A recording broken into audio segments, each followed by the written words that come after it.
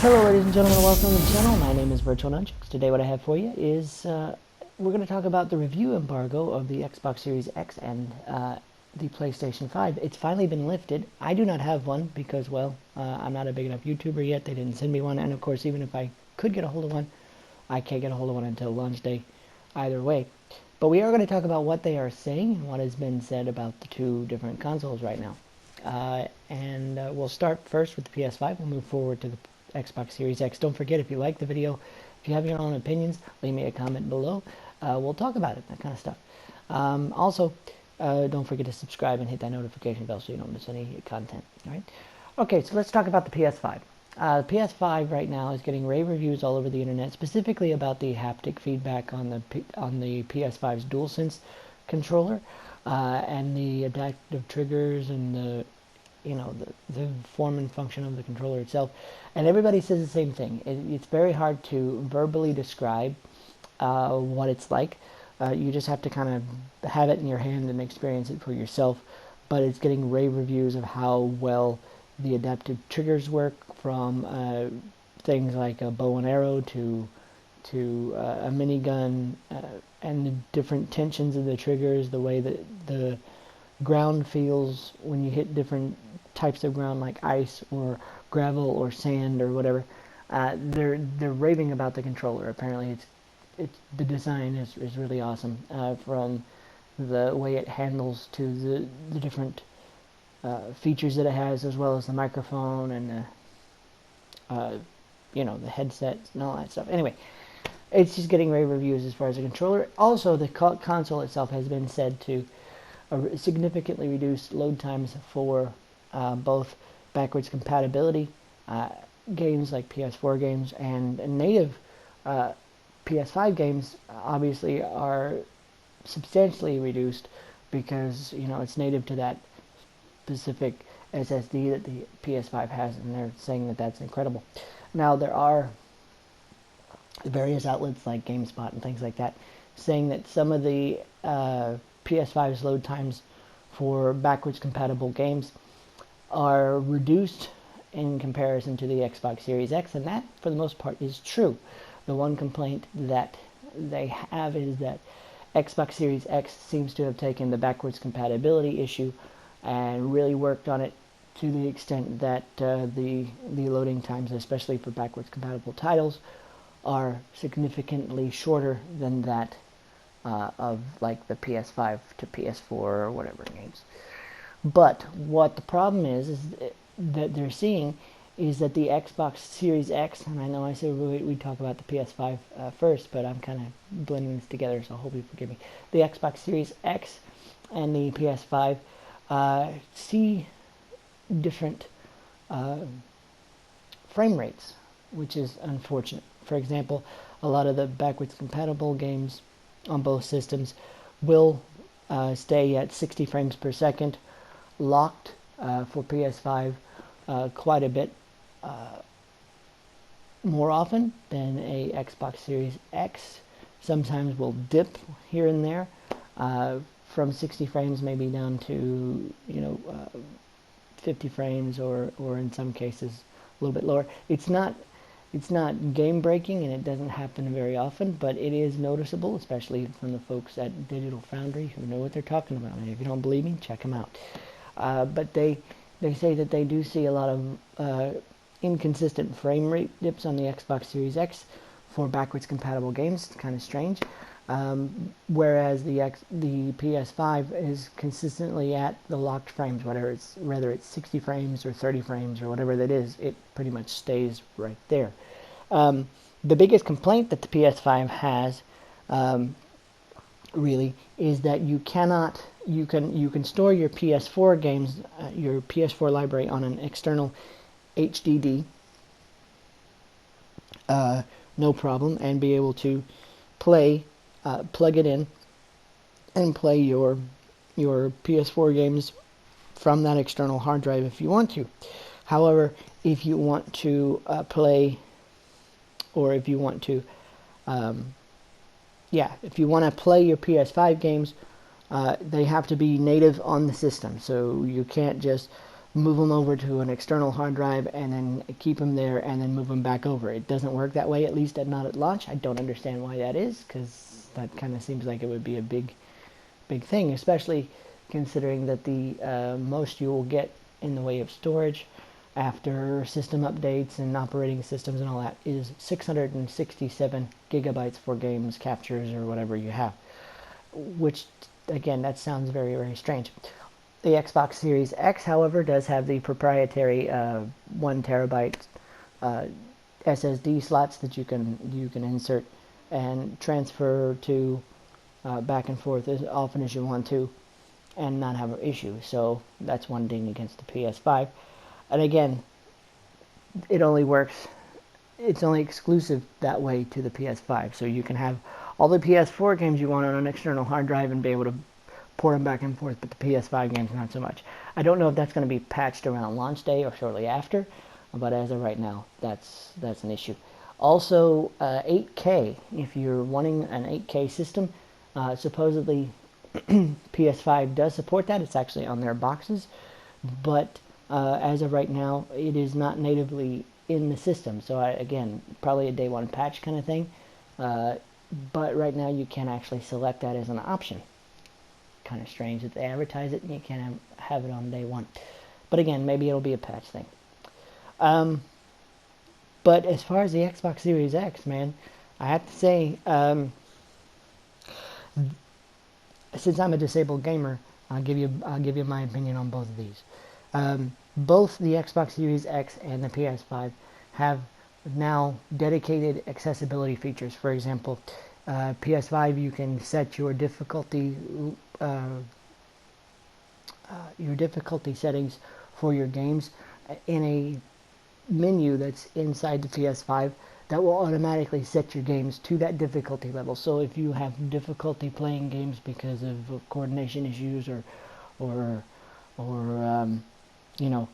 reflex issues or whatever the case may be, you can just set that particular difficulty level in the system for you. Once you boot up a game, it'll automatically put that difficulty level in the game for you so that you can play at a difficulty level that works for you.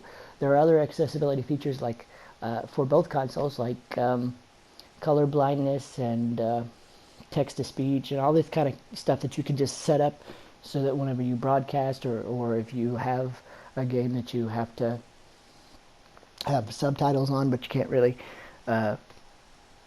see those, you can have text-to-speech, stuff like that. So that's really, really cool. The one thing that Xbox Series X does have going for it is that the adaptive controllers will automatically be compatible with the Xbox Series X. So if you have an adaptive controller, you can just go ahead and plug it in and go ahead and use that. And the one ding about the controllers for Xbox Series X that they have is that here we are in 2020 and you still have to use your Duracell batteries for your controller. There's no rechargeable option unless, of course, maybe if you get the Xbox Elite controller that maybe comes out a little bit later. I don't know. But right now it's just Duracell batteries and stuff like that, so that kind of sucks. The controller for the PS5 does have and this varies by person. Young EA, for example, said he got 12 hours consistent use from start to finish out of the PS5 controller. Other outlets have said they've gotten upwards of 10 hours without having any problems. So I guess it just depends on how heavily you use it, how often you use it, and things like that. And the Xbox Series X controller, again, is pretty much, if you have the Xbox One X controller, it's pretty much the same thing. If it's broke, don't fix it, kind of stuff, if it's not broke, don't fix it. That's what I'm trying to say. But, it's just, it looks pretty cool, and I cannot wait to get my hands on the next generation system to have the unboxing video for you guys and to test it out for myself. If you want to see a fantastic loading, breakdown of the frame rate dips and the loading times and all that kind of stuff for the various consoles, go to Digital Foundry or Young. Yeah, he did a pretty good job. He wrote down things. We're talking about games that usually, like Red Dead Redemption 2, for example, that usually take upwards of 1.5 to 2 minutes to load on both systems. cutting it nearly in half, 39 seconds to load from menu to game, that kind of stuff. So it's kind of crazy, the amount of horsepower behind these systems. So yeah, Game Informer though, and they touted the reason they gave this grade to the Xbox Series X was mostly because of the frame rate dips and the lack of a rechargeable controller. They gave it a B minus, or rather a B, not a B minus. But I don't know that I would. I guess if you're getting a next-gen console and you want it to be locked at 60 frames or 30 frames or in some cases 120 frames, then it should be locked and it shouldn't have consistent frame rate dips. So I guess I get that, but the rechargeable controller part, I don't know that I would ding them that hard for that. It's been like that forever. I don't like it. I don't think it's a good idea. I think they need to, get with the times and give us rechargeable controllers like everybody else. But that's just me. Anyway, yeah. So I mean, if you guys have been watching any of these reviews, which ones are you excited to see? Xbox Series X or S, or PS5? I mean, Xbox Series X comes out on the 10th, and then of course PlayStation 5 2 days later on the 12th. So as soon as we get our hands on one, of course, we'll have a review for you guys of the console, and we'll check out whatever games we have available at the time for those as well. So we're looking forward to that. For those of you who are getting an Xbox Series X, I do recommend a good friend of mine who's on the channel a lot. He usually has both consoles. I unfortunately have to pick one because I have a PS4, massive PS4 library. I'm going to go with PS5 this year. But my friend Next Level Taken has both consoles, or at least plans to get both consoles. And so if you're looking for an Xbox Series X review, I'm sure he'll have one at some point in time. He's a good YouTuber. He's an awesome YouTuber. You need to check him out because he covers games that sometimes I can't, and I sometimes cover stuff he can't. So, or he has trouble covering. So we kind of trade off like that sometimes. But yeah, these are the reviews. These are the reviews that are coming out, and like I said, right now they both look wonderful as far as horsepower, the ease of menu use, the accessibility options, stuff like that. But the big major plus for the Xbox Series X is the fact that they have handled backwards compatibility to an awesome degree. You will not see any real major issues with backwards compatibility, being able to transfer back and forth to your systems, whether it's SSD internally or the card or your portable hard drives. Not an issue at all. And again, like I said, PS5, apparently if you want to transfer from a SSD internally to a external hard drive, you cannot do that, especially with native PS5 games, apparently, because they're designed to take advantage of the internal SSD, and right now we don't have any third-party SSDs that will cover that, so apparently that's the issue, but that's kind of sad. But again, I'll have my full review when we get our hands on it, whether that's launch day or whether that's around Christmas or whatever. As soon as we have it, we'll let you know.